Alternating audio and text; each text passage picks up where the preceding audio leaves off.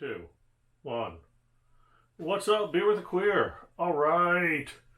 I never know what to talk about on these, but this one, I have an idea. We just celebrated Veterans Day. If you've helped serve this country, thank you very much. If you haven't, thank somebody who has, because the fact that I get to do this is due to everything they've done. So I truly appreciate it. It was also the Marines' birthday around the same time. Woo-ha! I know that's not how it goes.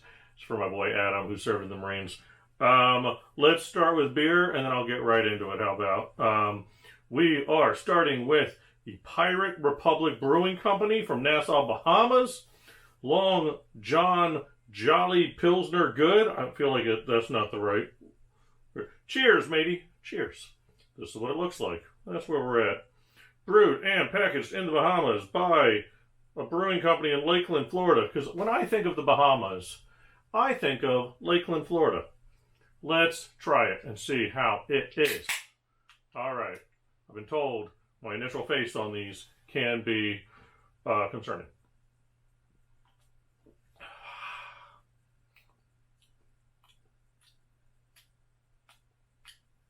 That's nice.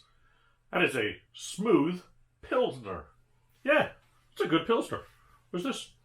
Long John Pilsner? Jolly good. It is jolly good. Good for them.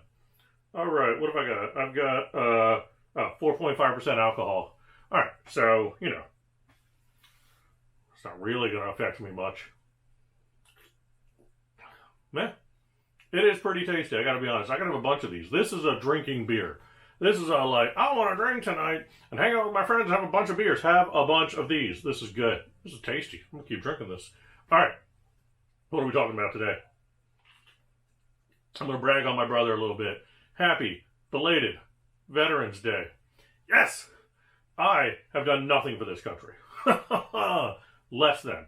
I'm in deficit to the country. All I do is take. My brother, on the other hand, served in the Coast Guard for 20 years. I'm going to brag on him a little bit. Here's the weird thing about my brother. My brother, Stephen Klein, look him up. He has 2 beautiful kids, beautiful wife, all of that wonderfulness. That's great. We get it. You're the American family. We get it. It's not the 50s anymore. Gay it up. My brother, at the age of 7, decided he wanted to be in the Coast Guard. At the age of 7. Like, I get wanting to be in the military at 7 because, you got a thing for guys in uniforms or whatever straight people decide to go into the military for. I don't know. Guns. I want to kill people, but, at 7, my brother was like, military, yes, but, how do we keep it close to home? I'm all in for the military. Cross seas? Who's guarding our coast? We do that? There's a Coast Guard? I'm in. 7 years old, wanted to be in the Coast Guard. Enlisted at 17 when he got done high school. Did 20 years. And here's the thing, while he was doing it, I was like, that idiot. Look at what he's doing, 20 years in the military. And then when he was 38-ish, retiring, and I was still bartending, trying to figure out, what do I want to do with my life? I thought, he's starting a second career, and I haven't figured out my first career yet.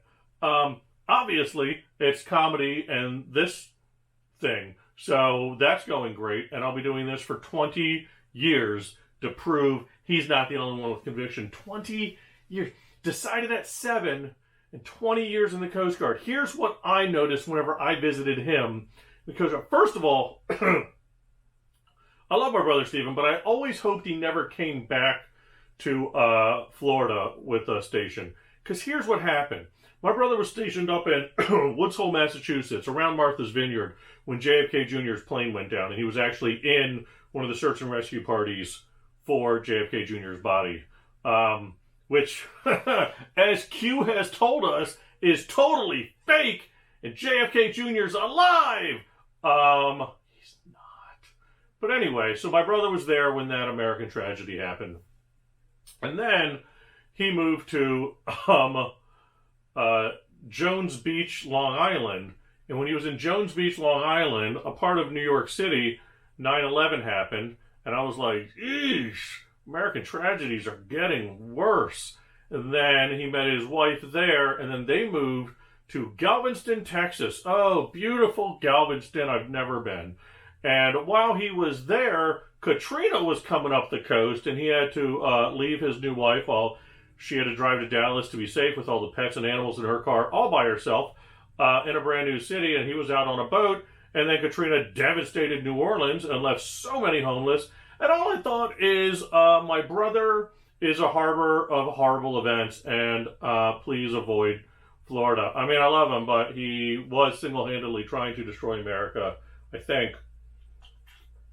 But then he finished up in Delaware, and now they've retired and moved to Asheville, North Carolina, where he's living a great life and starting the second part of his career, as I'm still figuring out my first. And I was like, I never knew he was the smart one. But he was. I know that now. Every time I visited him, this is what my impression of the Coast Guard was. It's a lot of playing video games, making sure you make weight because working out is hard. Preach, though. And then occasionally watching Japanime, some anime porn occasionally. And I thought, that's the Coast Guard, huh? You work like a couple days on and most of the days off. Okay. I like that. We pay for this. This is good. This is good. It's good. And then I went to my brother's retirement. And that's literally what I thought my brother did. Occasionally he went out on a boat or checked a buoy or something. Good to go.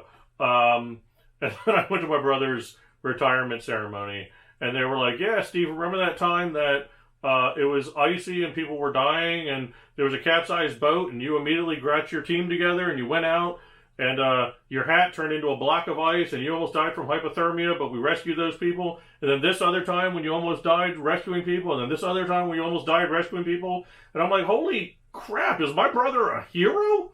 Like, it blew my mind, but that's the beauty of the people that enlist, the veterans, because they do it ideally they do it to help the other people. My brother's not bragging about all this shit he did.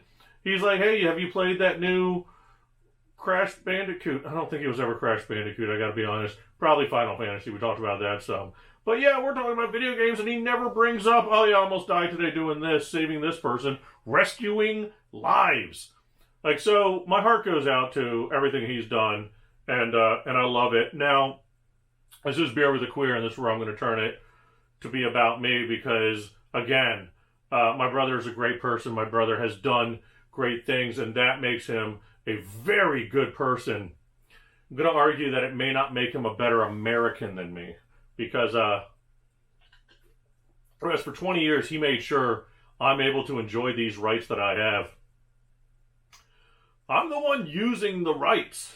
And I gotta be like, what's more American? Somebody fighting for rights? Or somebody using rights that somebody else fought for? That's the most American thing I can think of. Using the rights. Like, my brother's out there almost dying, saving people. And bringing them back to live their lives. And I'm the one sucking those guys off for America. Using my rights. Yeah.